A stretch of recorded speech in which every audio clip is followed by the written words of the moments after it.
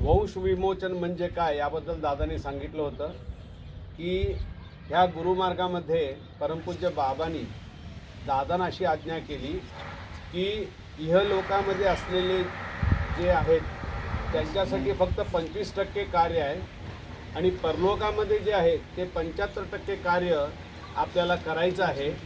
आणि त्या कार्यासाठी म्हणूनच आता आपण ते वंश विमोचन म्हणजे काय याबद्दल तरी दादांना माहिती दिली.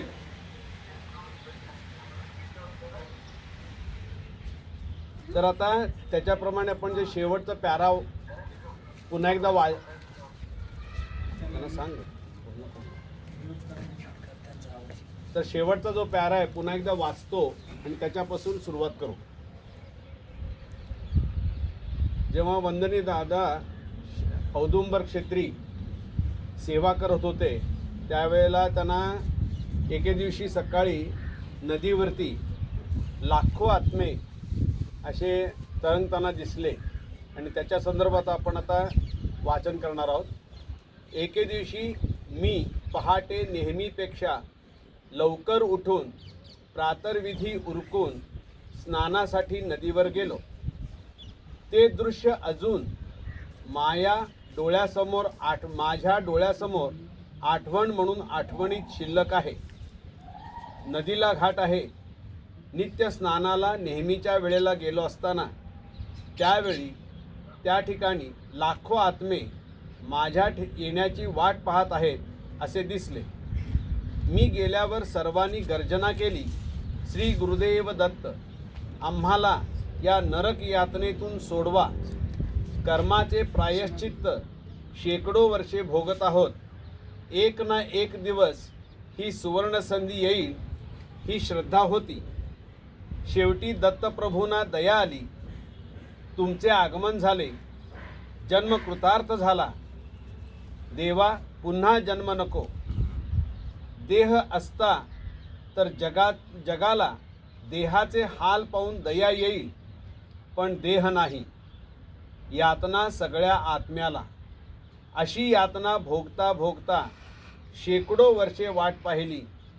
आपले स्नान झाले. समोर गंगा वाहती आहे, पण त्या स्नान करावे एवढी सुद्धा पुण्यही नाही.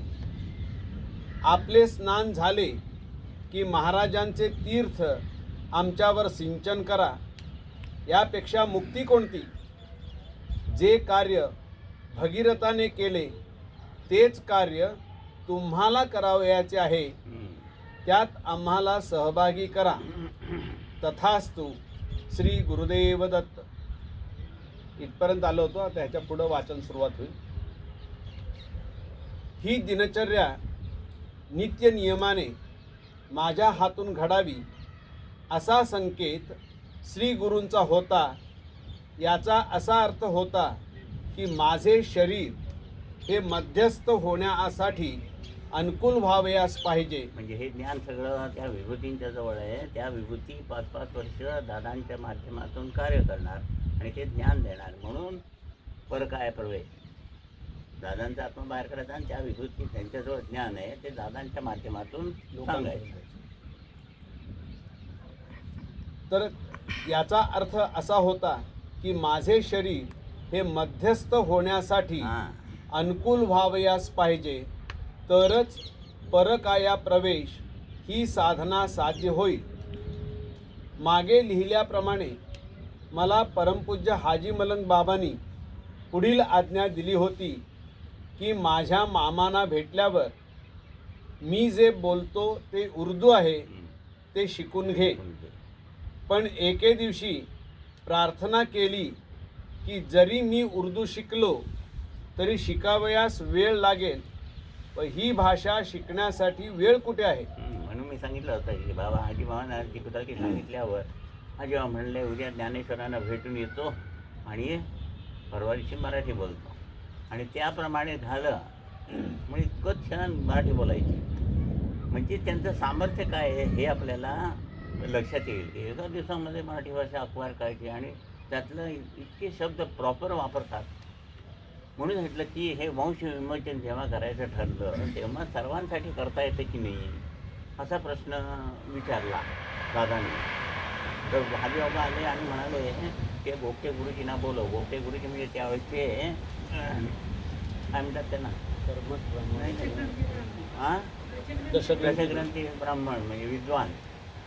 त्यांना बोलवलं की त्यांना विचारलं दादांनी असं असं करता येतं काय. तर ते म्हणले माझ्या काय वाचण्यात नाही आहे. लगेच हाजीबाबांचा संचार झाला आणि हाजीबाबांनी ऋग्वेदातलं अमुक पानावरती अमुक ऋचा वाच म्हणून सांगितलं. आणि त्यांनी त्यात वाचलं तर त्यासाठी सर्वांसाठी असं वंशमचं हवन करता येतं आणि ते सगळं सांगितलं. म्हणजे हाजीबाबांना काय माहीत नव्हतं. एकदा असंच आता डॉक्टर आहे तिथं, अपेंडिक्सचं ऑपरेशन कसं करायचं ह्याच्यावर प्रॉब्लेम निघाला.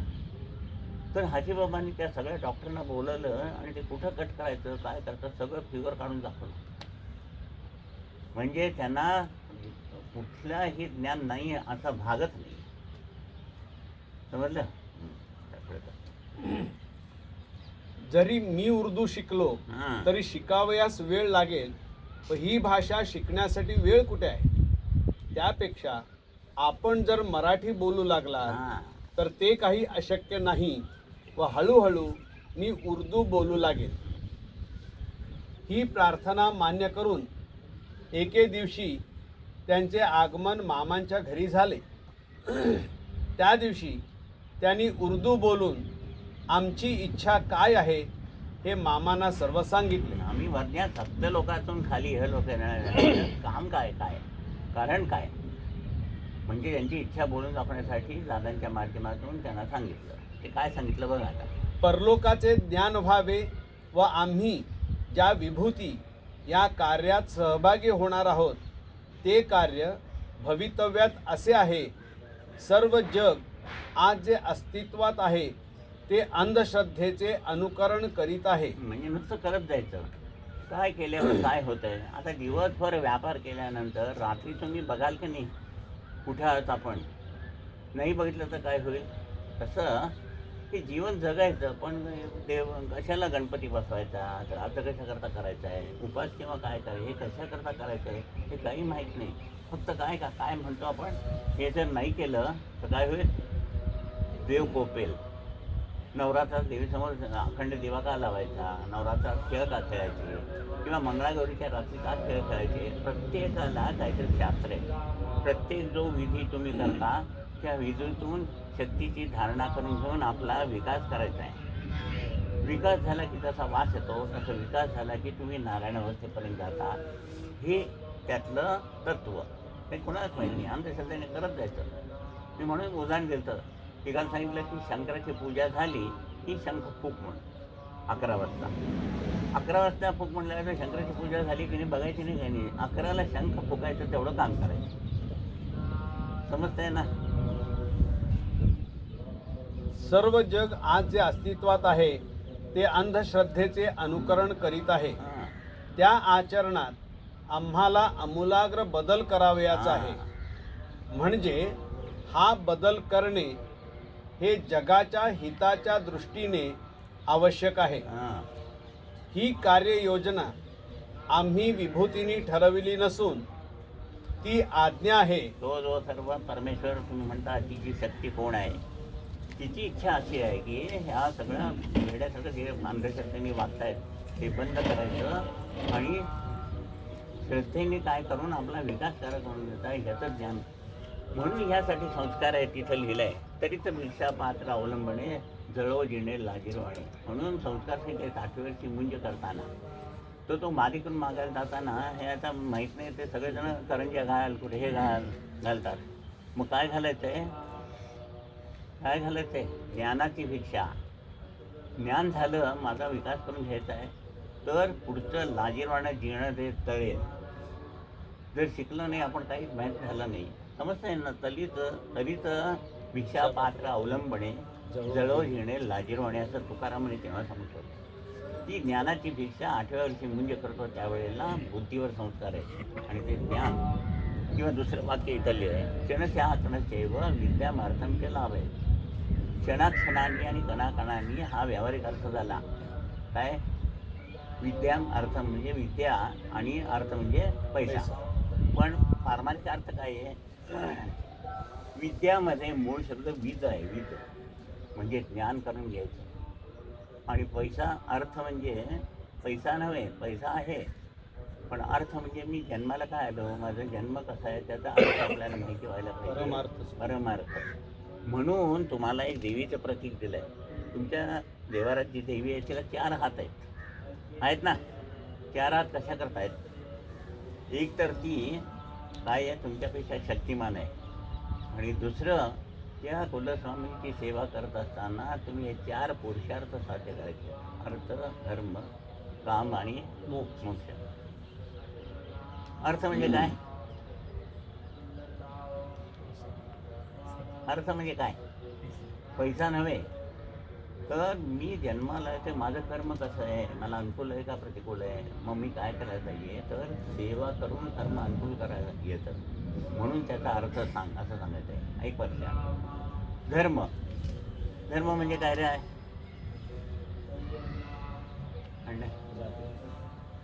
धर्म श्रेष्ठ कुठला? हां, देहधर्म. एक धर्म आहे. कसे वागतायत डोळे? तुम्ही रस्त्याने निघत असणार तर समोरनं गाडी आली की पाय लगेच बाजूला वळतात. हे सगळं काम कसं एकमेकाला कोऑपरेटिव्ह झालं आहे. असा श्रेष्ठ धर्म मला केव्हा देशील? म्हणजे आहे असा धर्म आहे का आपल्याकडे? आता विश्वास माझ्याकडे पैसे मागायला लागला, खिशात असतात 1000 रुपये. अरे विसरलो घरी जाऊन मला आधी सांगितलं असतं तर मी दिले असेल. हे वागणं बरोबर आहे का? समजतंय ना? असं वागतो आपण. अर्थ झाला, धर्म झाला. आता काम म्हणजे वाईट अर्थाने नाही आहे. प्रत्येक गोष्ट नीट नेटकी करणे. घरात गेल्यावर चप्पल नीट ठेवणे. एक चप्पल इकडं, एक चप्पल तिकडं. गेल्यावर कपडे काढून व्यवस्थित हँगरला लावणे. अंघोळी जाताना आपले कपडे घेऊन जायचे, ना आत जायचं, अगं माझी चड्डी घेऊन ये. अर्थ, धर्म, काम म्हणजे प्रत्येक गोष्ट नीट नेटकी करणे. टायमात जेवायला जाणे. एकाने 8ला जेवायचं, एकाने 10ला जेवायला यायचं म्हणायचं. आता मला भूकच नाही म्हणायचं. त्या बायकांनी सगळ्यांना वाढून नंतर केव्हा जेवायचं? ह्या गोष्टी सगळ्या आपण लक्ष ठेवून सकाळपासून संध्याकाळपर्यंत आखीव कार्यक्रम पाहिजे. म्हणजे नीटनेटका म्हणजे काम. आणि शेवटचं मोक्ष. हे सगळं अनुभवल्यानंतर पिंडाला कावळा शिवला पाहिजे. शिवत नाही म्हणजे काय? कुठे आहेत आपण? इथंच आहोत जवळपास. अर्थबाउंड स्पिरिट. आणि सगळ्यांना पिळायचं. कोण खाता येते त्याच्यात जाऊन खायचं. म्हणजे हे याला जीवन म्हणता येतील का? म्हणून मी परवा सांगितलं होतं की एका भक्ताचा वडील गेल्यानंतर 4 थेंब दारू घेऊन घाल म्हणजे तो कावळा शिवेल म्हणायचे. म्हणजे ह्या जीवनाची किंमत किती आहे? 4 थेंब दारू एवढी. पण देताना काय केलं आहे अमोली, त्याची का जाणीवच होत नाही. म्हणून हे 3 आहेत की सगळं शास्त्राने शास्त्र करतोय तुमच्या बुद्धीवर संस्कार करावा आणि तुम्ही ज्ञानी व्हावं. ज्ञान म्हणून विद्या, संपत्ती आणि संतती सांगितलं होतं ना. त्याचा अर्थ व्यावहारिक विद्या म्हणजे किती शिकला आहे, MA PhD झाला आहे ते नाही. विद्या काय देऊन पाठवलं आहे? ही 19 माध्यमाचं शरीर देऊन पाठवलं आहे मला. ते मला विकसित करायचं आहे म्हणजे विद्या. त्याला कसं ही खरी संपत्ती आहे ना. ते डोळे गेले आणि तुम्ही 10 लाख रुपये मध्ये येत नाही डोळा. ती खरी संपत्ती. तिला संततीसारखं सांभाळायचं आहे. म्हणजे उगीच काय TV बघून अमुक बघून हे डोळे खराब करायचे नाही. डोळे का महत्त्वाचे आहेत? सकाळी सूर्योदय झाल्यावर जो प्रकाश दिसतो तो प्रकाश डोळ्यातून धारण होतो आणि आपल्या देहामध्ये जे काही 7 रंग आहेत त्याचा बॅलन्स होत असतो. पण तो बिघडतो कसा? TV बघितल्यानंतर मी सांगितलं होतं त्या डोळ्यामध्ये जे लिक्विड आहे त्या लिक्विडची इंटेन्सिटी कमी होती. कारण का? त्या TVच्या प्रकाशमध्ये 7 रंग नाहीत. मग ही त्याची कॅपॅसिटी कमी झाली 50%. ती रंग धारण होऊन आपल्याला वस्तुपदार्थाचं दर्शन होत नाही. आणि ते आता माझ्यामध्ये काय झालं, TV बघून माझ्यात 50% कमतरता आली. आता माझ्या मुलगा काय होईल? ऑलरेडी 50% कमतरता आहेच. पुन्हा हा TV बघून आणखीन त्याच्यात 50% 25% कमतरता केल्यावर 4थी पिढी 5वी पिढी त्यांनी सांगितलं आंधळी जन्माला येणार. हा विज्ञानाने TVचा शोध लावून आपला विकास झाला. म्हणून त्यांनी सांगितलं होतं विज्ञानाच्या शोधाने शेवटी जग सगळं ते अज्ञानामुळे जाणार आहे. आज टी व्हीवर बातम्या बघताना कोरोनाचा शोध लावून काय झालंय, सबंध नाश सगळीकडे. त्याला विकास म्हणता येईल का? म्हणून दादा सांगितले नेहमी, एक देवाने सूर्य निर्माण केला आहे, तोही अटम बॉम्बपेक्षा भारी आहे, पण तो सगळ्या जगाचं रक्षण करतो. आणि एक कोरोना निर्माण करतो, सगळ्या जगाचा नाश करतो. ही कार्ययोजना आम्ही विभूतीने ठरवली नसून ती आज्ञा आहे. ह्या सृष्टीचा जो नियंता आहे त्याची इच्छा अशी आहे की ह्या जगाची अपक्रांती होऊ नये. मनुष्य कितीही अज्ञानी म्हणून जन्माला जरी आला तरी ईश तत्व सज्ञानी आहे. म्हणून ते पद आहे, मानव देही सार्थक हेची, मी कोण आहे विवरी मनुजा ब्रह्म विचार करते. ब्रह्म विचार करायला की आता ह्याला कुठला सोपा मार्ग सांगितला म्हणजे याचा उद्धार होईल. म्हणून साधी अर्ध्या तासाची तुम्हाला ओंकार साधना दिली. 24 तासात अर्धा तासात खर्च करणं काही अवघड नाही हां. पण ह्याच्यापेक्षा सोपं साधन कुठलं? यज्ञ करायचं नाही, याद करायचं नाही, अमुक नाही, गणपती बसायचा नाही आहे, श्राद्ध करायचं नाही आहे, पक्ष करायचं नाही, काही नाही. फक्त अर्ध्या तासाची साधना करायची, ती शक्तीची धारणा करायची आणि हे जीवन विकसित करायचं, वरच्या अवस्थेला न्यायचं उद्यापनला आणि मुक्त होऊन जायचं.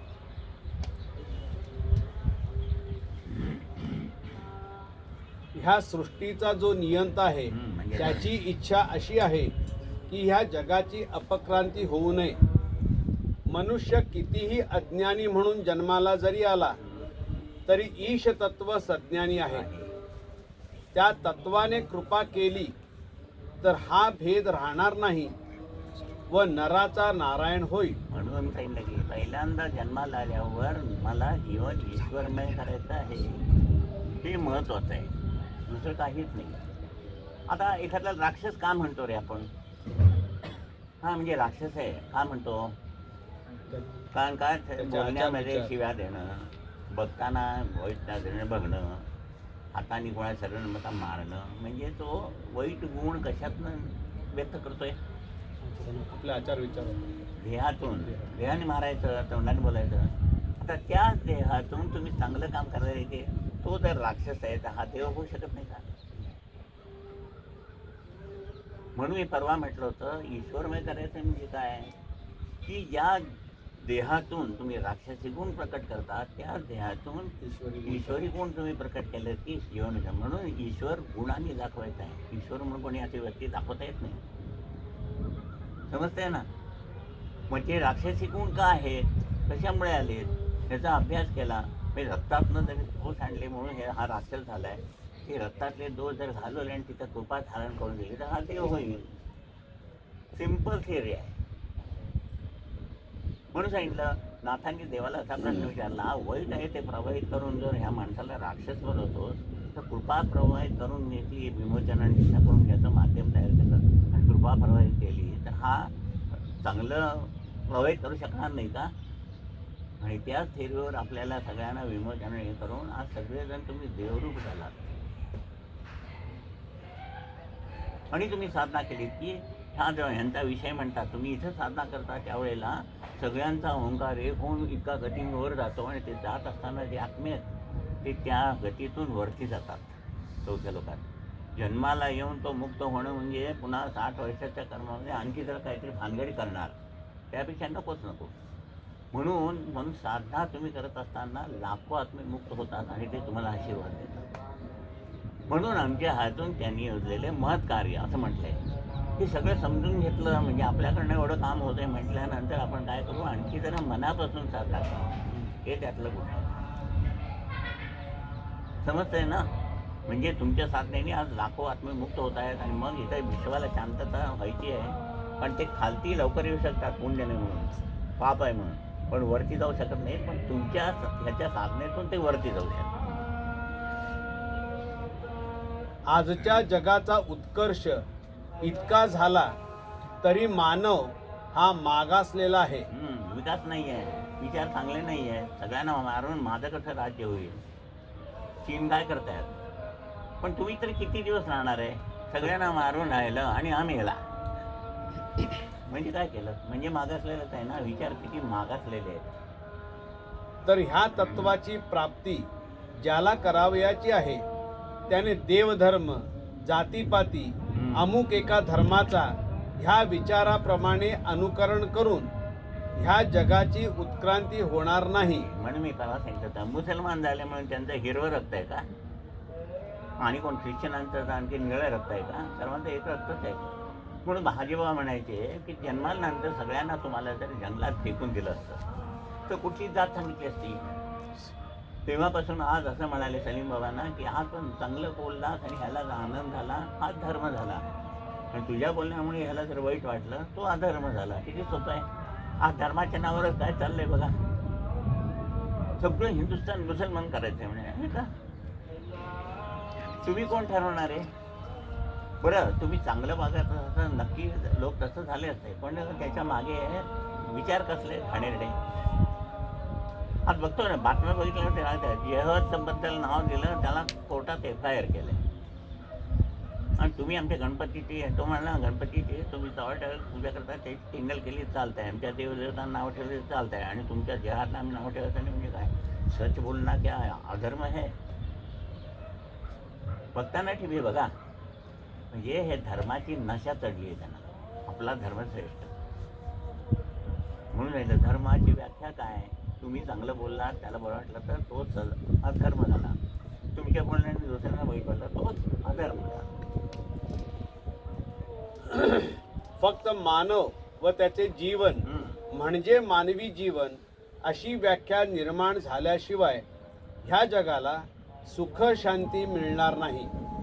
मनुष्याला जन्म देते वेळी देवाने आपल्यासारखाच जन्म म्हणजेच आकृती म्हणून दिला. दोन्ही सारखेच होते.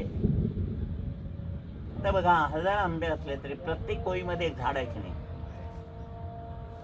हा, तसं प्रत्येकामध्ये परमेश्वर आहे की नाही? आहे. मग तो परमेश्वर म्हणून कार्य करू इच्छितो. पण आपल्याला जे 2 डोळे ते आपण बाहेर बघून ते सगळं का जाणं? हे का? इतर मनुष्य सोडून इतर योनीमध्ये त्यांना बुद्धी नाही दिली आहे. हे देवाच्या इच्छेने चालतं. तुम्हाला एक जास्तीची बुद्धी दिली आहे, त्याचा विकास न झाल्यामुळे काय आहे, चांगलं दिसतच नाही. काय दिसतं? वाईट तेवढंच दिसतं. म्हणून इथं काय म्हणतात, आकृती देवासाठी दिली पण कृती गाढवासारखी केली. म्हणून तो मनुष्य नरजन्मापासून इतक्या खालच्या अवस्थेला आला. आता त्याला मूळ अवस्थेमध्ये घेऊन जायचं असेल तर काय करायला पाहिजे? म्हणून 3 विमोचन आणि 5 दीक्षा मी परवा सांगितलं. विमोचन म्हणजे नको असलेलं काढायचं, त्या रिकाम्या जागेमध्ये आपली शक्ती देऊन त्याला वृद्धापन म्हणजे वरच्या अवस्थेला घेऊन जायचं. मनुष्याला जन्म देते वेळी देवाने आपल्यासारखाच जन्म आकृती म्हणून दिला, पण कृती गाढवासारखी केली म्हणून खालती गेला. फक्त मनुष्य कृती ही देवाची न करता दानवाची करतो म्हणून जग दुःखात आहे. त्यामुळे शतकानुशतके मनुष्य जन्म प्राप्त होऊन सुद्धा गुलाम झालेला आहे. जन्म हा कर्माने होतो ही गीता जोपर्यंत वाचू लागतो आहे तोपर्यंत आपली सुटका नाही. ह्यापुढे तत्वज्ञानात बदल असा होणे आवश्यक आहे की मला जन्म प्राप्त झाला आहे तो धर्मासाठी, धर्मासाठी, चांगल्यासाठी. प्रत्येक आंब्यातला रस पाक होऊन तुम्हाला गोड लागण्यासाठी आहे, आंबट लागण्यासाठी नाही आहे. आणि प्रत्येक एका कोळीमध्ये झाड लपलं आणि त्याच्यामध्ये 1000 आंबे झाले. त्या 1000मध्ये 1000 कोळीतून 10,000 होणार आहे. म्हणजे विश्वशांती अशाच प्रकारे व्हायचे. म्हणून ते कारण सिद्ध व्हायला पाहिजे. कारण म्हणजेच बीज.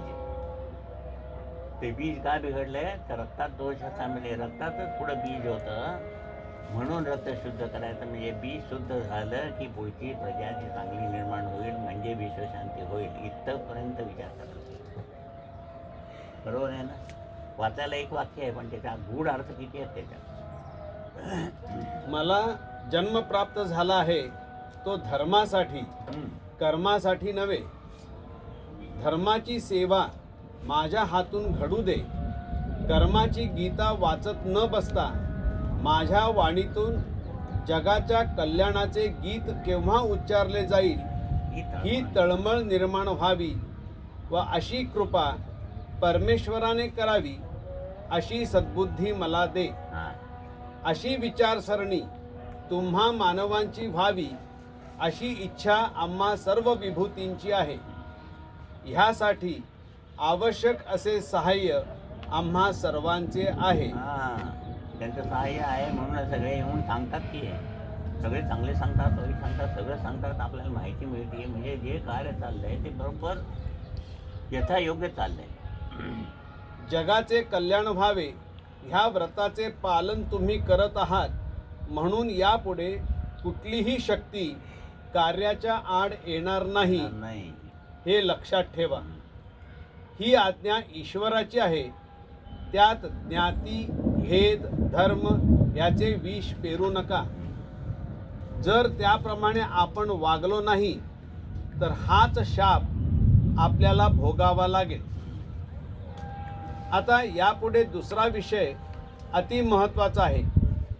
तो विषय कर्म विमोचन असा आहे. आता कर्म विमोचन म्हणजे काय? कर्मातले काय आहे ते काढून टाकायचं, कर्म नाही काढून टाकायचं.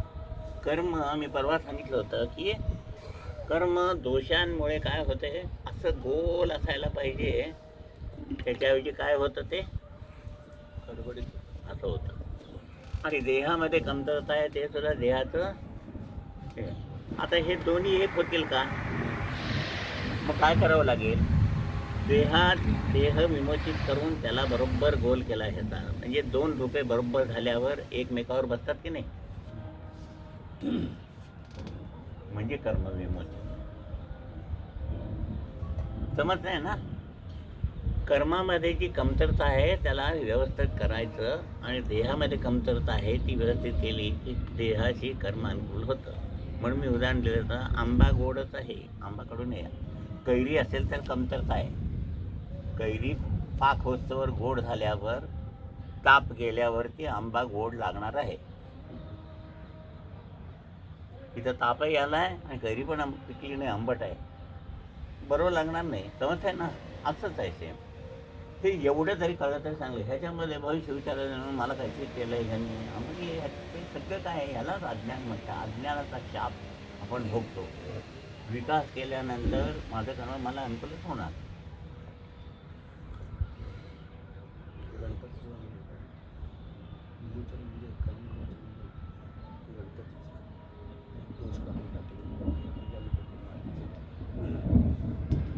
आता ह्यापुढे दुसरा विषय अति महत्त्वाचा आहे. तो विषय कर्म विमोचन असा आहे. कर्माचे भोगावे लागणारे परिणाम असे आहेत की गेल्या काही शतकात ज्या मनुष्याची निर्मिती झाली यात प्रामुख्याने जे जे दोष आढळले यांचा विचार सुज्ञांनी केला नाही. त्यामुळे सुखाची प्रगती झाली पण शांतता निर्माण झाली नाही व त्यामुळे मनुष्याच्या एका मार्गाची प्रगती झाली पण तो सुखी झाला का? इथं हे आगम्य कोश आणि हा प्राणमन, इथे एक शक्ती, इथं बुद्धी आहे, इथं मन आहे, इथं चित्त आहे. आता गाडी निर्माण केली सुखासाठी, बरोबर आहे. गाडी निर्माण केल्यावर गाडीत बसल्यावर हा समाधान का बसत नाही, तर हे विज्ञानमय आणि आनंदमय कोश विकसित नसल्यामुळे गाडीत बसल्यावर तो काय विचार करतो, पेट्रोल किती महाग, टायर फुटले तर काय करायचं, मग गाडी मिळून उपयोग आहे का? हा विकास जोपर्यंत होत नाही तोवर तुम्हाला या ज्या ऐहिक सगळ्या गोष्टी आहेत त्याच्यातून समाधान मिळत नाही. म्हणजे सर्वांमध्ये विकास करणं हा महत्त्वाचा आहे. जीवन ईश्वरमय करणं ही एकच गोष्ट लक्षात ठेवा. आणि ते ईश्वरमय पूर्वी तीर्थ घेण्याने होत होतं. काहीतरी तुम्ही काही पंचामृत स्नान घेतला ते तीर्थ म्हणून घेत होता, म्हणजे पॉझिटिव्ह एनर्जी आज जात होती पण ती फार कमी जात होती, निगेटिव्ह फार जात होती. आता दादानी काय केलं, तुमच्या आवाकाच्या बाहेरचं निगेटिव्ह आहे ते विमोचनाने काढून टाकलं आणि रोज साधनेतून ती पॉझिटिव्ह एनर्जी जास्त जशी जायला लागली आणि जसा जसा विकास व्हायला लागला तेव्हा तुम्हाला बरं वाटायला लागलं. आता बाकीचं सगळं बंद केलं आहे पण डोक्यात काही ते चालू असतं ना, हे बंद केल्यामुळे झालं का? तुम्हाला एक बंद करायला सांगितल्यावर दुसरं काय करायचं सांगितलं आहे. जे तुम्ही पहिल्यांदा करून मिळत नव्हतं ते अर्ध्या तासाच्या साधनेतून मिळतं आहे आणि ते धारण होत आहे म्हटल्यावर समाधान आहे. सुखाच्या मार्गाच्या साधनांचा शोध मनुष्याने लावला पण सुखाचा शोध लागला तरी मनुष्य सुखी झाला का? नाही झाला. जोपर्यंत हा विकास होत नाही तो समाधान नाहीच. हा प्रश्न शिल्लक आहे. तोच प्रश्न आज ह्या जगासमोर उभा आहे. केवळ ऐहिक जीवनात सुखाची प्राप्ती अधिकाधिक वाढत चालली आहे. गाडी गिरड्या मस्त आहेत, AC आहे आणि सगळे एकदम घर पॉश. पण हे पॉश नाही की म्हणून सांगितलं आंबा मस्त गोड आहे सगळं आहे. हो इथं ताप येऊन कडू झाले तो म्हणतं कसलाही आंबा दिला साखर घालून दिला तरी कडूच लागतो. पण हे जर विकसित झाले तर झोपडीत सुद्धा शांत राहतो. बाबांच्या इकडे बाबांची दाढी वाढलेली आहे, ओंगळ दिसतात बाबा असे बसलेले. कोणाचा हात केला तर काय 1000 लोकांचं कल्याण करायची ताकद आहे. बाबांचा फोटो कसा दिसतो? दाढी पुढे वाढली आहे ना. आपण काय म्हणू हे काय पात्र आहेत, पण पात्रता केवढी आहे?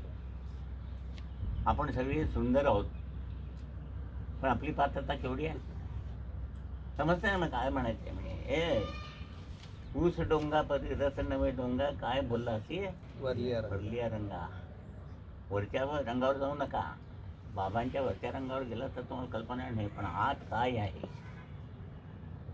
याचा विचार करायचा. तोच प्रश्न आज ह्या जगासमोर उभा आहे.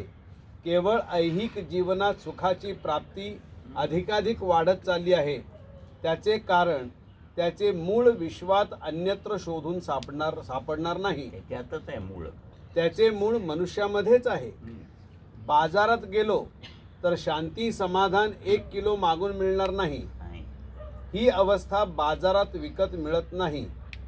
याचा शोध जर घेतला तर ह्या अवस्थेची कमतरता काया वाचा मन या मूळ देहामध्ये आहे हे कळते. म्हणून सांगितलं ते 12 माध्यमाची कमतरता आत आहे आणि ते 12 माध्यम विज्ञानमय आणि आनंदमय कोशात आहे. ती कमतरता भरून काढली की तुमचं काम झालं. मी सांगितलं आठवत आहे का? देहाला भूक लागलेली समजते म्हणून अन्नाची कमतरता आली की तुम्ही न रडत बसता खायची व्यवस्था करता. तसं इकडं त्या 12 माध्यमांची म्हणजे वायू आणि आकाश तत्वाची कमतरता मला भरून काढायची आहे. हे जेव्हा कळेल त्या दिवशी तुम्ही साधना पहिली करा. 8 दिवस नाही जेवलं तर मनुष्य मरत नाही, पण 8 सेकंद विदाउट श्वास राहू शकत. म्हणजे महत्त्व कोणाला आहे? आत्म्याला आहे. तो आत्मा जीव म्हणून ध्यान झाला आहे. 2च कोशात वावरतोय. त्याचा जीवात्मा आणि आत्मा करायचा आहे. म्हणून रोजची साधना केली की त्याच्यातून हे होतं. तो जीव आपाप तुम्ही साधना करायला आपला बदल करून घेतो जीवात्मा म्हणून आणि आत्म्याला. एकदा आत्मा झाला की मग तुमच्या जीवनामध्ये सुख शांती समाधानाची कमतरता पडत नाही. याच्यात भविष्य विचारायचा नाही. कोण मंगळ तुमच्या मागे लागला नाही, शनी पिडत नाही, कोण नाही. आपण अज्ञानाने आपणच आपल्याला पिडतो. आज लक्षाधीश माणसापेक्षा गरीब हा गरीब नसून अमीर आहे. कारण त्याचे जीवन हे परिपूर्ण आहे व जो लक्षाधीश आहे तो लक्षाधीश असून त्याचे जीवन हे अपूर्ण आहे. बघा माहिती गवत बिवत आणून ठेवून भाकरी खाऊन ना तिथं उन्हात झोपतात, ढाऱ्यातून घोरतात आणि हा गादीवर झोपलेला तर झोप लागत नाही. कारण का प्राप्त परिस्थितीमध्ये तो समाधानी आहे. समाधानी राहिला की हे सगळे कोश विकसित होतात. समाधान किती मिळालं? 10 लाख मिळाले, आता 20 लाख कसे नाही मिळणार? म्हणजे काय तर किती मिळाल्यावर समाधान होईल? बरोबर आहे, पटतंय नाही? आजच्या जगाला काय पाहिजे आहे असे विचारले तर हे लोक सुखाचे पाढे वाचतील. हे पाहिजे ते पाहिजे ते पाहिजे सगळं पाहिजे. अधिक प्राप्ती कशी होईल म्हणून ह्या कार्याचा ते शोध घेत येतात. बहुसंख्य लोकात काय कमतरता आहे याचा विचार कोणी करीत नाही. ही कमतरता म्हणून त्या पदामध्ये आहे. जमाने के लुटे गमों के सताए दुआ कर गरीबों के वाली. ती 12 माध्यमाची कमतरता आहे ती मला भरून काढायची आहे ह्याचं ज्ञान करून दिलं. पण तसं तुझं कल्याण करतो ये म्हटलं कोणी आलं नसते. म्हणून एक अडचण निर्माण केली त्या कर्माने. मग गुरूंच्याकडे आलो आपण. पण तरी सुखाचेच पडे चालू होते. अजून रोजची साधना करून प्रत्येकाने ते कशावर तुमच्यावरच आहे शेवटी विकास कसं आहे. किती अर्ध्या तासातली साधना किती मनापासून करता त्याच्यावर विकास अवलंबून आहे. कळलं? माझं बोलणं सोपं इतकं सोपं नाही. कोणी एका वर्षातच करून घेईल, कोणाला 2 वर्ष लागतील का? ते अर्ध्या तासातला 15 मिनिटं साधना लक्ष देऊन केली, 15 मिनिटं केली नाही. म्हणजे शेवटी कुणावर आले? तुमच्यावर अवलंबून आहे. प्रत्येक गोष्ट ही तुमच्यावर अवलंबून आहे आणि तुम्ही निर्माण केलेली आहे. म्हणजे ह्याला कारण मी आहे आणि ते निवारण मलाच करायचं आहे, म्हणून साधना व्यवस्थित करायची. बहुसंख्य लोकात काय कमतरता आहे याचा विचार कोणी करीत नाही. तसेच मूळ जन्माची धारणा होत असताना काय कमतरता आहे ही अवस्था कोणाला कळत नाही. विज्ञानी लोकांनी सगळे शोध लावून प्रत्येकाला मीटर बसविले आहेत, पण स्वतःच्या जन्माचा हिशेब लावण्यास विसरले आहेत. म्हणून मी परवा उदाहरण दिलं होतं की जन्माला घालताना देव किती सूज्ञपणे जन्माला घालतोय, तरी आपल्याला ते कळतच नाही अजूनही. मी पाच जन्माचं उदाहरण दिलं होतं, लक्षात आहे ना? पहिलं आता आपण उदाहरण घेताना 20% कमी धरलंय, पण कोण जाणे कोण 80% कमी करेल. आणि मग दुसऱ्या जन्मात खलास झाला म्हणजे कोण परत नाहीच. असं होऊन जगामध्ये माणसं नाहीशी होऊ नये म्हणून देवानी देताना प्रत्येक वेळेला 100% जन्म दिला. आणि ती कमतरता आहे पाप म्हणून आहे 20% ती 18 वर्षानंतर यावी. आणि जर चांगले आईवडील भेटले आणि त्यांनी काय केलं, चांगले संस्कार चांगले संस्कार जर केले तर हे कर्म तुमच्या जीवनात न येता परस्पर विमोचित होतं. अशी व्यवस्था करून ठेवली. म्हणून दादा एक वाक्य म्हणायचे, दादा जन्माला देवाने जन्माला घालताना एवढा सूज्ञपणा केलाय तरी माणसं सूज्ञ होत नाही. समजलं का अर्थ? की याला कमतरता पडू नये म्हणून 20 वर्षानंतर याची व्यवस्था केली. म्हणून तुम्हाला शरद पक्ष का बंद करायला सांगितलं? ते असे चांगले आई वडील कोण मला संस्कार करतील ह्या विचारात तो आत्मा पुढे जात असतो बघत. मग त्यावेळेला तो कुठे लंडनमध्ये थोडे जन्माला येईल, चांगले आई वडील असतील तर. अशा वेळेला तुम्ही श्राद्ध पक्ष केल्यावर त्याला मागे ओढलं जातं.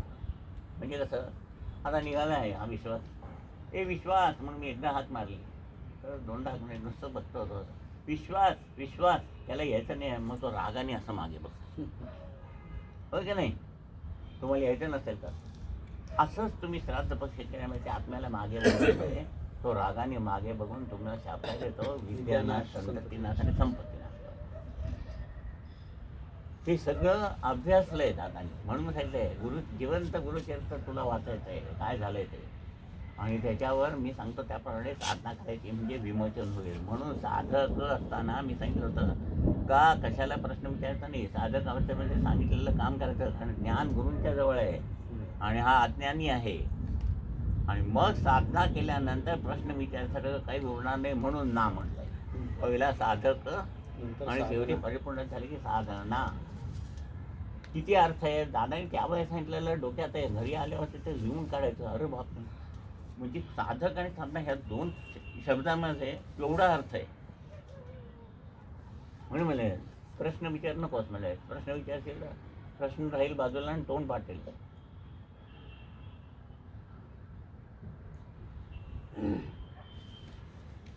विज्ञानी लोकांनी सगळे शोध लावून प्रत्येकाला मीटर बसवले आहेत, पण स्वतःच्या जन्माचा हिशेब लावण्यास विसरले आहेत. जो कोणी जन्माला येतो त्याला आपल्या जन्माचे इष्ट कार्य करण्यासाठी काया वाचा मन हे आवश्यक आहेत. म्हणून साधना करायला सांगितलं की काया वाच, एक लक्षात ठेवा, काया वाचा मन एकरूप झालं असेल तरच पुण्यकर्म निर्माण होतं, एरवी होत नाही. तुम्ही इथून समजा दवाखान्याला निघाला, वाटेत लक्ष्मी देवळ दिलं, नमस्कार केला, पुण्य झालं नाही. लक्ष्मीला जायचा विषय आधी ठरवला होता का? नाही. लक्षात दिसला म्हणून तिला नमस्कार केला. तर काया वाचा मन म्हणून सर्वात जास्त पुण्य रोज निर्माण करायचं न्यासामधून होतं. म्हणून न्यास अगदी केअरफुल करायला पाहिजे. इथून सुटलं की उच्चार ठोमातल्या मी इथं आलो की नाही, इथून मध्य टोला आहे मी इथं गेलो की नाही, जसं हे अंतर कमी आहे त्याची गती बरोबर आहे की नाही, हे अंतर शेवटच्या स्वतःचं मोठं आहे म्हणजे माझी गती वाढवली पाहिजे, इतकं बारीक लक्ष पाहिजे. फार डोळे बंद करून करत असा, कुठेतरी मन गेलं, हा दुसरा करत असतो, मी तिसरा करत असतो. करून बघा. तर अशी सोपं पद्धत अर्ध्या तासामध्ये तुम्हाला जेवढं जरुरीची पुण्याची गरज आहे तेवढी निर्माण होती. म्हणून मुंबईजीना बाबा सांगायचे की पूर्वी कृष्णाने सांगितलं की कर्म करत जा, मा फलेषु कदाचन, कर्माची फलाची आशा करू नकोस. त्यावेळेला तसं होतं. आत्ता मुंबईजीना बाबा काय सांगतात, तुम आज साधना करो, उसका फल कल खाओ. एवढं बदल करण्याची ताकद ठेवतात ते. आज आता तुम्हाला सांगितलं आज करत राहा तुम्ही, आज 5,000 रुपये द्या, तुम्हाला पुढच्या जन्मात 10,000 रुपये देतो. तुम्ही म्हणाल काय नको, काय जरूर नाही. आज आमच्या 5,000 दिल्यावर 6,000 द्यावा, असं पुढच्या जन्मात 5,000 कोणी बघितले. तेव्हा त्या मूळ तत्वात त्या वेळच्या परिस्थितीने तसं होतं. म्हणजे कसं मी सांगितलं, लहानपणी आता शाळेत जात नाही म्हणून याला चॉकलेट देतो, बरोबर आहे. हा मोठा झाल्यानंतर आता ऑफिस जाताना मला चॉकलेट द्या म्हणाला, हा बघा हसता की नाही तुम्ही. त्या वेळेला तसं होतं, या वेळेला असं आहे. म्हणून यथा कालानुसारेण असं म्हटलं, काळ जसा येईल तसं देवसुद्धा तत्व बदलतो आणि मॉडिफिकेशन करतो. मॉडिफाय करून तेच तत्व मी सांगितलं, चुलीवर भातच शिजत होता, आता कुकर शेतीमध्ये भातच शिजतो आणि पुन्हा सौरशक्तीमध्ये भातच शिजतो. पण तत्व कसं केलं, सौम्य कर, मॉडिफाय केलं. पहिल्यांदा दूर होत होता, आपल्या डोळ्यात जात होता, लाकडं आणावी लागायची. आता काही नाही, आता काही नाही. आणि सौरशक्तीवर केलं तर गॅससुद्धा नाही, फुकट. समजतंय ना. ते जसं मॉडिफिकेशन तुम्ही व्यवहारात करता, मग देवाला ह्याच्या परमार्थामध्ये मॉडिफिकेशन करता येत नाही का. जे यज्ञ करून तुम्हाला जे पुण्य लागत होतं ते अर्धाच्या साधनेतून तुम्हाला मिळतं की नाही बघा. जो कोणी जन्माला येतो त्याला आपल्या जन्माचे इष्टकार्य करण्यासाठी काया वाचा मन हे आवश्यक आहे. त्याचबरोबर स्थूल सूक्ष्म व कारण देह यांची जोडसुद्धा आवश्यक आहे. ह्या 6 माध्यमात जी क्रिया नकळत होते त्या क्रियेचा परिपाक झाला तर विचार, नाहीतर विकार. व परिपाक न होणे ही क्रिया जर देहाने केली तर त्या अवस्थेस विकार असे म्हणता येईल. म्हणजे बघा, जोपर्यंत कैरी आहे, हिरवा रंग आहे, तोवर विकार आहे, आंबटपण आहे. पण ती आढ्यात घालून पिकल्यानंतर त्याचा रंग बदलतो. तिन्ही अवस्था वेगळ्या होतात. साल वेगळी होती, गर वेगळा होतो आणि पोय वेगळी होती आणि मग तो गोड लागतो, म्हणजे विचार. म्हणून मी परवा उदाहरण देतोय, लहान मुलांना बघितलं काय ते बोललं म्हणजे हे हिरवट आहे बा, असं म्हणतो की नाही आपण. हे नाही, हे हिरवट आहे म्हणजे अजून पिकायचं आहे. घरात जी मोठी माणसं असतात, म्हातारी माणसं असतात, त्यांचा परिपाक झाला असतो, ते सांगतात अनुभवानी, म्हणून त्यांचं ऐकायचं असतं. ही 6 माध्यमे जन्म घेतेवेळी आपल्याला न मागता ईश्वर देतो. फक्त आपले कर्तव्य आहे की ज्या माध्यमांना देवाने दिले आहे त्यांची किंमत अमोल आहे व ती भेट पुन्हा मिळणार नाही. सर्व जीवनात क्षणिक भेटी असतात व गाठी पडतात. वास्तविक ज्याने जन्म दिला त्याची फेड करण्याचे कर्तव्य म्हणजे या बहुमोल जीवनाला जो साकार करतो त्याच्या कृपेने ह्या जीवनाला आकार येऊ दे, अशा तळमळीने सदैव ध्यास घेतला पाहिजे.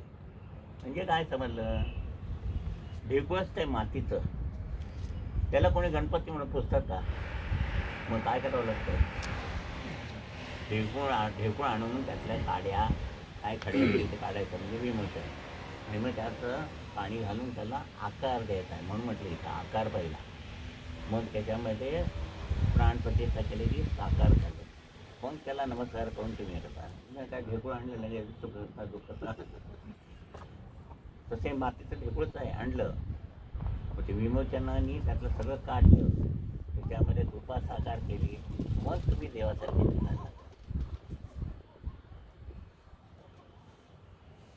या उलट तळमळ लागली आहे ऐहिक सुखाची की जे सुख इथेच ठेवून जायचे आहे त्याचा ध्यास लागला आहे. शेवट गोड व्हावा अशी इच्छा सदैव ठेवावी. शेवट गोड, शेवट गोड तरी म्हणजे काय, मरताना चांगलं मरण यावं असं आहे. मग काय जे काही साधना करतोय आपण त्याच्याने शेवटी देवाची भेट व्हावी आणि हे जीवन पूर्ण. देवाची भेट व्हावी. दादा ओरीत बसले ते त्यावेळेला संपूर्ण देवाची कृपा आलेली कळली आणि ती दादा म्हटलं कृपा आली म्हणजे काय. दादा म्हणजे असं की देवाची शक्ती तुमच्याकडे येते असे आणि ती बुद्धी धारण होती. ठीक आहे लागलं नाही नाही आणि बुद्धी इतकी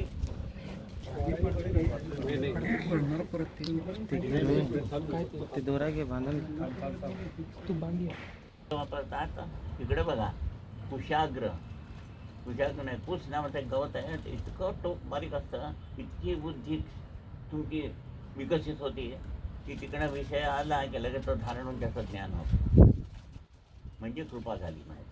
आम्ही सगळे दादांना काय ते विचारायचं तेव्हा दादा सेमिनार झालं तर तेव्हा असं बोलायचं दादा तिथे कृपा झाली म्हणजे काय झालं. ते म्हणले अरे असा तो प्रकाश येतो आणि तो बुद्धी एवढी विकत असतो की मग ते काय बोलतात ते सगळं समजायला लागतं. नंतर जेव्हा पहिलं सेमिनार झालं मग दादांच्या जवळ जायला भीती वाटायला लागली. म्हणजे दादा म्हणजे काय आहेत आणि आपण त्यांना कसले प्रश्न विचारले असं वाटलं तेव्हा.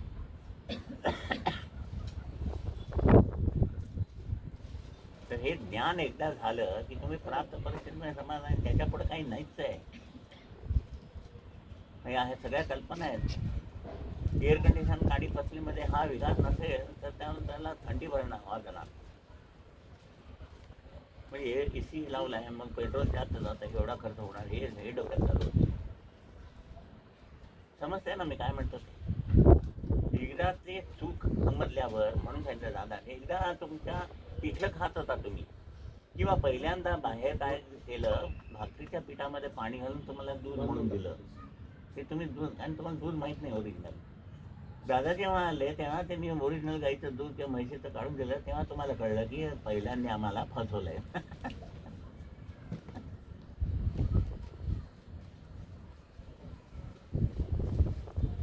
देहाची 6 अंगे आहेत.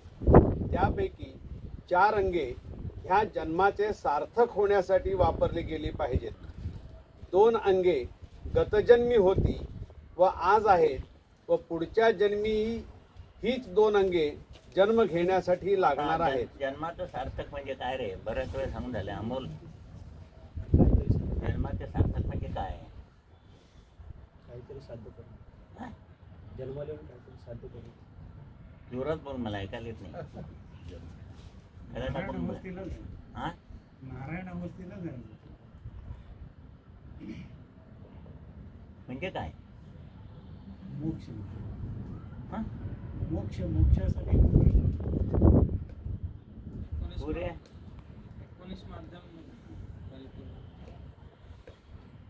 हा जो जन्म झाला हा कर्मानी आहे ना. म्हणजे कुठला आहे पहिल्या 3 लोकांचा मधला आहे.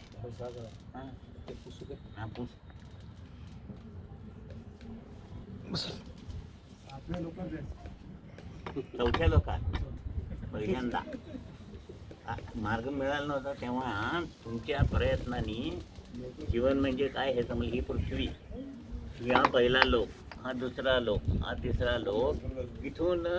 इथून सुटायचं फार अवघड आहे. इथं 360 वर्ष कमीत कमी लागतात जर गुरु नाही भेटले तर. याला भवसागर म्हटलंय. भवसागर हा कर्मपरत्वे जन्म आहे. इथं पुढं आहे तो कार्यपरत्वे आहे. हा जन्म आहे तो 100 वर्षांनी आहे. आणि इथं कारण परत्वे आहे हा तुम्हाला इच्छा परत्वे आहे. अनास्था दिसली तर येणार जन्माला. तर ह्याच्यातून हेच पण येणार आहे. त्याच्यातून इथं गुरु केल्याशिवाय ह्या भवसागरातून तुम्हाला सुटता येत नाही. गुरु केलाच पाहिजे. आम्ही गुरुला मानत नाही म्हण नका फिरत बसा. इथून सुटून इथं जाणं म्हणजे जीवनाची सार्थकता आहे. हे फार अवघड आहे. परवा वाचलं पण इथं लाखो वर्ष राहावं लागतंय. तर इथं गुरु केल्यावर इथं गेल्यावर इथून सुटून इथं जायचं हे अत्यंत सोपं आहे. याला काही प्रयत्न नाही आहे. हे आपोआप चालतंय. इथं जे 360 इथलं 60 वर्षाचं आयुष्य नको झालं. इथं 360 वर्ष कमीत कमी जास्तीत जास्त लाखो वर्ष. पाणी दिसतंय, पाणी पिता येत नाही, अन्न दिसतं खाता येत नाही, मग कोणाला तरी पकडून त्याला पिडायचं, त्याच्यात शिरायचं, म्हणजे अघोरी प्रकार खातो म्हणजे काय, कोण खातं? परत सांगितलं आमची ती पावलं आहे 100 पुऱ्या खायची आणि ते दूध गेल्यानंतर मला भूक लागली म्हणायची, म्हणजे कुठं जात असतील. तर म्हणजे जीवनाची सार्थकता गुरु केल्याशिवाय होत नाही. म्हणून सांगितलं होतं, बाबा म्हणाले, बाबांनी चॅलेंज दिलं, शिर्डीत माझ्या पायाशी जो येईल त्याला ही शिडी म्हणजे तीन पायऱ्याची शिडी पार करून मी 4थ्या लोकात नेईन, म्हणजे स्वर्गात नेईन. आता दादांनी आपल्याला इथं नेलं आहे. म्हणून पहिली साधना करा. एक वेळ जेवण नाही केलं चालेल, दादांचे आभार मानायचे आणि पहिली साधना करायची. 4 अंगे म्हणजे स्थूल, सूक्ष्म व काया आणि वाचा, या 4 अंगांनी 4 पुरुषार्थाची प्राप्ती झाली. मग असे 4 पुरुषार्थ सांगितले, अर्थ, धर्म, काम आणि मोक्ष. म्हणून ती देवीचं प्रतीक आहे, ती कुलस्वामिनी आहे. ह्या 4 अंगांनी 4 पुरुषार्थाची प्राप्ती झाली पाहिजे व 2 अंगे मन व कारणदेह ह्यांची ह्या जन्मात मुक्तता करावयास पाहिजे. हा एकंदरीत शरीराचा धर्म निसर्गाने नेमून दिला आहे. मुक्तता करायची म्हणजे काय? म्हणून आपण सीताफळ, रामफळ केव्हापासून ऐकतोय, अजूनही तशीच आहेत ना. माणसं तशीच आहेत का? म्हणजे बीज काय केलं? खराब केलं. आज आपण आंबे किती दिवस खातोय, तसेच आंबे आहेत. ती कोय ठेवली आणि तसाच आंबा येतो. मेल्यानंतर मी सत्पुरुष म्हणून मेलं, पुन्हा जन्मात तसाच येतो का? नाही येत. म्हणजे बीज खराब केलं की नाही अज्ञानाने. म्हणून तिथं तरीच भिक्षा पात्र अवलंबणे जळो जिणे लाजीरवाणे असं म्हणते. म्हणून भिक्षा ही बुद्धीवर संस्कार झाला की आपण शहाणे व्हायला पाहिजे की माझा जन्म ह्याच्यापेक्षा चांगला आला पाहिजे. आणि त्याच्यामध्ये कार्य परत आहे ते 100 वर्षात नाही आहे जीवन. आज मोबाईलचा शोध लागला, आघाडीचा शोध लागला, हे आत्मे तुमच्या उच्च स्तरावरचे होते. आणि त्याच्यापेक्षा उच्च स्तरावरचे आत्मे म्हणजे बाबा, गजानन महाराज वगैरे, दादांसारखे लाखो लोकांचा उद्धार करण्यासाठी जन्म. अशा 3 मध्ये तुम्हाला परफेक्शन करून मग मोक्ष आहे. विचार बुद्धी चालत नाही, पण आपण बुद्धी चालवायची नाहीच. दादांचे पाय धरले की या 4ही अवस्थात आपण आलेलं कळणारही नाही, कळायलाही नको. कळलं की लगेच कॉलर माझ्यामुळे हा उद्धारला. मग ते कळतच नाही, तेच बरं आहे. दादानी असं सांगितलं ते अंगावर काटायला, अरे काय जीवन म्हणजे काय आहे, काय अवघड आहे. आणि आपण काय अगदी जसं काही आहे सगळं साध्य झालं आहे अशा विचारात काय करतो, जीवन जगतो बेफाम.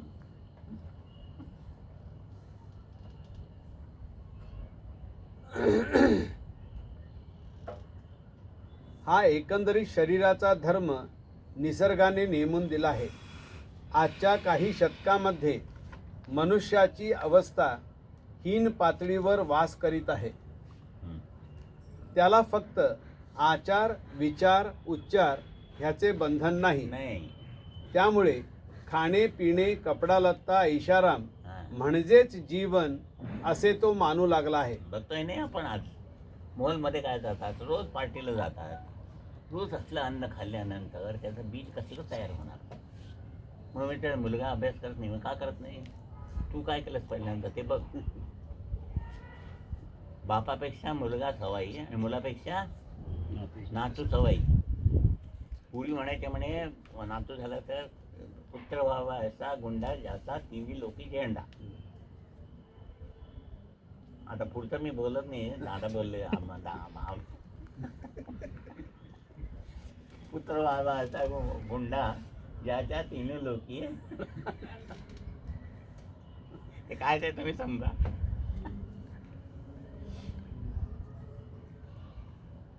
आजच्या काही शतकामध्ये मनुष्याची अवस्था हीन पातळीवर वास करीत आहे. त्याला फक्त आचार, विचार, उच्चार ह्याचे बंधन नाही. त्यामुळे खाणे, पिणे, कपडा लत्ता, ऐशाराम म्हणजेच जीवन असे तो मानू लागला आहे. आज सभोवार बेफिकिरीने वागणारा मनुष्य हा गतकालात असणारा मानव आहे का, हा येतो. प्रश्न सुज्ञांसमोर आहे. हां, हां. हे दृश्य पाहिल्यावर जीवनाची कीव येते. ज्या साधू पुरुषांनी आपल्या जीवनाचे बलिदान केले, त्यांनी जन्माला आलेल्यांना सन्मार्ग दाखविला व ह्या मार्गाने गेले असता जन्माची सार्थकता आहे सार्थकता होते. असे टाहो फोडून जगाला सांगितले. त्या काळात आपण सुज्ञ होतो असे म्हणणारे आज पश्चात्तापाने उद्गार काढतात हम्म. की त्या काळात आम्ही अहंकाराने या सत्पुरुषांची निंदा नालस्ती केली, पण या साधू संतांनी आपला मार्ग सोडला नाही. आम्हालाही हसायचे काय तरुणपणी. मी लग्नावरून आलो, गुरुवार होता आणि संध्याकाळी 7ला आरती केली तर आमचे सगळे मित्र वगैरे होते ते हसले. हे काय तेलकट आहे तू, मग बायकोला घेऊन फिरायला वगैरे जायचं. म्हटलं काय आरती करून गेल्या 9ला बायकोला फिरायला नेता येत नाही का? हां, म्हणजे काय संस्कार आहेत. आज हे बघा, आता फळ चांगलं असताना तुम्ही खाता का तो आंबा कुजला आणि भात झाल्यावर खाता? तसं देवाला सेवा करताना हे ताजं तवानं आणि हे असेल रसरशीत, तेव्हाच ते अर्पण करायचं आहे. म्हातारपणी तोंडात दात पडायला लांब लांब लांब लांब, तर देव म्हणतो मी लांबच आहे. राम म्हणाले येतच नाही, तोंडात दात नाहीत ना, मग लांब लांब लांब तर म्हणा मी लांबच आहे, तू जवळ येऊ नकोस.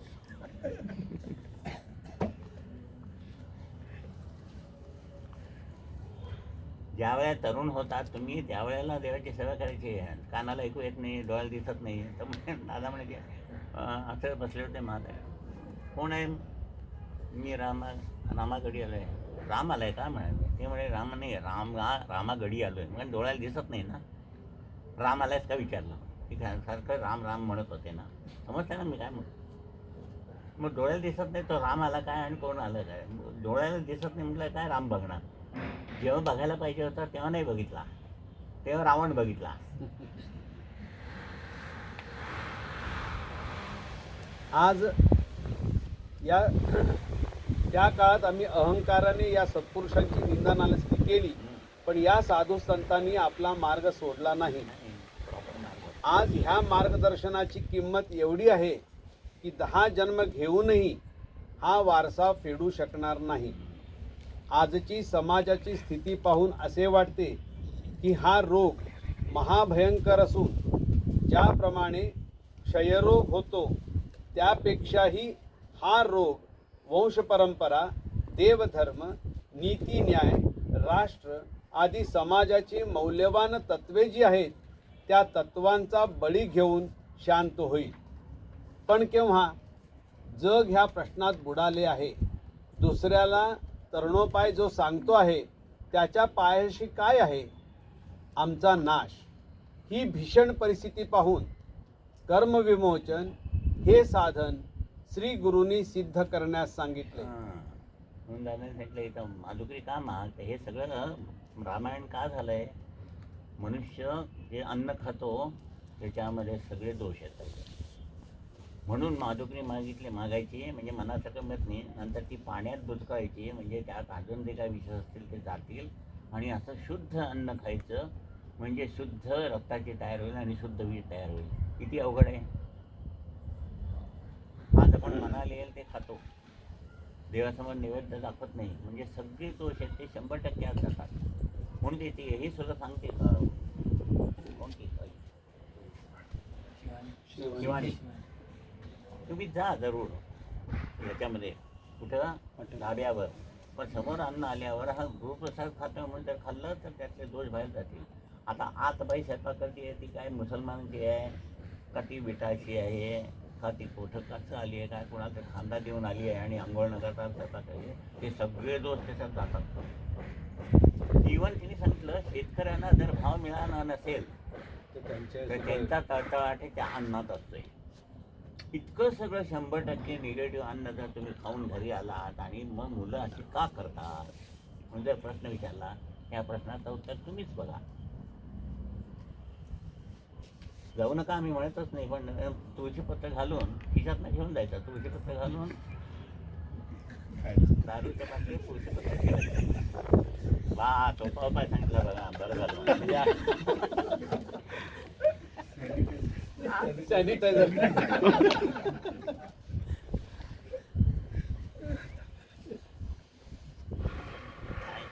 ते कुठे चाललंय काय कळत नाही. त्याची सोन्यासारखं लिहून गेले ज्यांची समजेल ना त्याची मराठी मागणार नाही.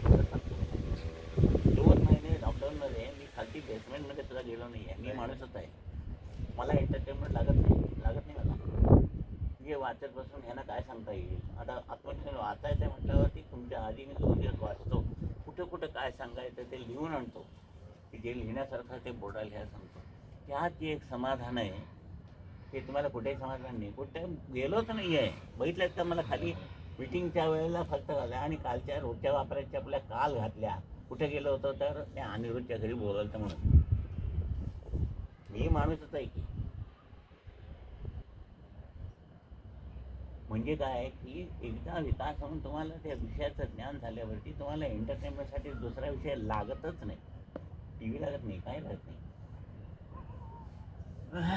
तुझं आहे, तुझं पाशी आहे, बरी आहे, जागा चुकलाशी बाहेर का भडकायचं, इथंच राहील. कोणीही मनुष्य जन्माला आल्यावर त्याला काया वाचा मन ही त्रिपुटी असावयास पाहिजे. आत्म्याला हा जन्म घेण्यापूर्वी काया प्राप्त करावी लागली. ह्या धारणेचा आरंभ गर्भधारणेत होत असतो. गर्भधारणेत कायेला अस्थि, मांस, रक्त, मज्जा व तंतूंनी आरंभ होतो. ह्या जन्मात जी अस्थि प्राप्त होते तिचा संबंध पुन्हा जन्म घेतेवेळी पूर्वजन्मातील जीवनाशी असतो. अस्थीचा संबंध पूर्वजीवनाचा आकार येण्यासाठी पाया म्हणून असतो. पाया म्हणजेच अस्थी. ह्या 3 प्रकारच्या असतात: देवाच्या, मानवाच्या व दानवाच्या. अस्थींची गरज मानवाला असते, कारण त्या पायावर जीवनाचे मंदिर उभे करावयाचे असते. गर्भधारणेत जीवाची जोपासना फार महत्त्वाची आहे. जो आत्मा जन्माला येतो त्याला पुढील जीवन जगण्यासाठी